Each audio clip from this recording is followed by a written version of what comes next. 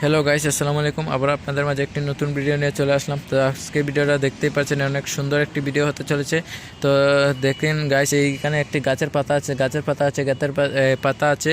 এই পাতাটি পোকামাকড়ে খেয়ে মাঝখান থেকে দেখতে পাচ্ছেন অনেক ফুটো হয়ে রয়েছে। এটার একটাই কারণ গাইস, এই যে মাকড়গুলো আছে না, ওইগুলা খেয়ে ফেলেছে মাঝখান থেকে। কিন্তু গাইস দেখতেই পাচ্ছেন ওই যে কালা একটি অংশ দেখতে পাচ্ছেন এখানে গাইস, ওরা কি করছে, এই পাতাগুলো খেয়ে এখানেই আগে চলে গেছে গাইস। দেখতেই পাচ্ছেন কি একটা অবস্থা, গাছপালার এই কোনো পাতাগুলোকে আমরা সঠিকভাবে রাখতে পারছি না।